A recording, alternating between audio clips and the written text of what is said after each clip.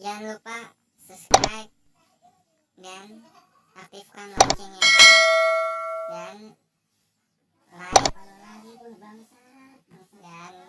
share.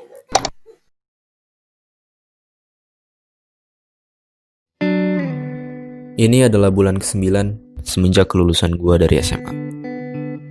Melepas seragam putih abu, mulai memilih jalan hidup gua sendiri. Mau lanjut kuliah, kerja, atau gap year. Dan gua memilih gap year karena belum punya duit buat kuliah. Teman-teman gua kebanyakan pada lanjut kuliah. Ada yang kuliah sekedar kuliah padahal nggak serak sama jurusannya. Ada yang kepaksa kuliah di suatu jurusan karena keinginan orang tuanya. Ada juga yang benar-benar tahu tujuan hidupnya kemana, berjuang mati-matian, dan sekarang berhasil masuk ke kampus impiannya. Sebagian teman gue yang lain ada yang milih kerja. Ada yang sekarang udah kerja di bank, tiap hari snapgramnya ngitungin duit orang.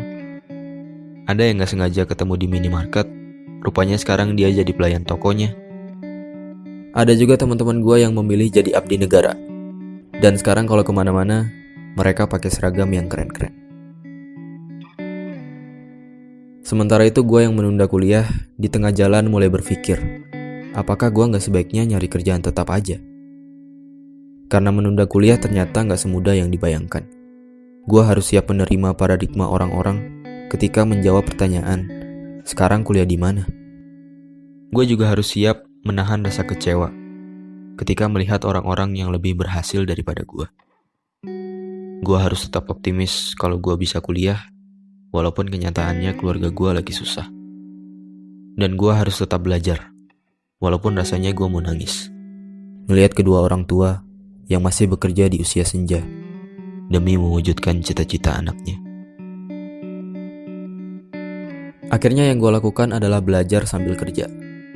Kerja apa aja yang gue bisa. Gue bisa ngedit video, gue manfaatin buat ikutan lomba-lomba video di internet. Gue bikin video-video pernikahan. Gue juga jadi freelancer, ngerjain tugas kuliah orang-orang. Dan dari usaha-usaha itu, gue dapet hasil yang lumayan.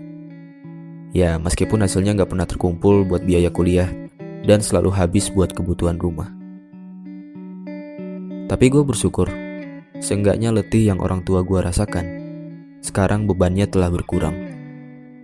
Dan keringat yang bercucuran kini berganti dengan senyuman. Kehidupan setelah SMA membuka mata gue bahwa hidup sejatinya adalah seni memilih. Memilih mana yang mendingan. Karena pilihan apapun yang akan kita ambil, ingatlah bahwa tidak ada pilihan yang benar-benar sempurna.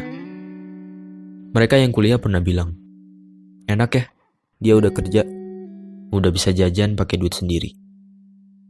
Mereka yang udah kerja juga pernah bilang, enak ya yang nunda kuliah, bisa nyantai-nyantai di rumah. Sedangkan mereka yang menunda kuliah bertanya-tanya, kapan ya gue bisa kuliah? Bisa gak ya gue keterima kerja?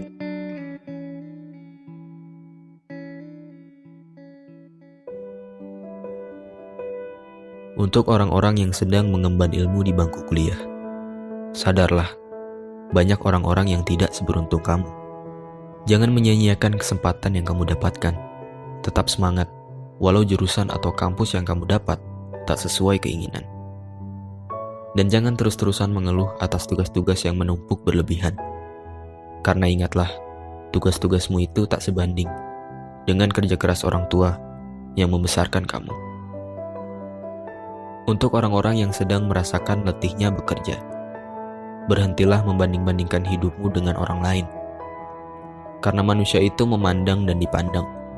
Ketika kamu melihat mereka, kamu merasa mereka adalah orang yang paling bahagia.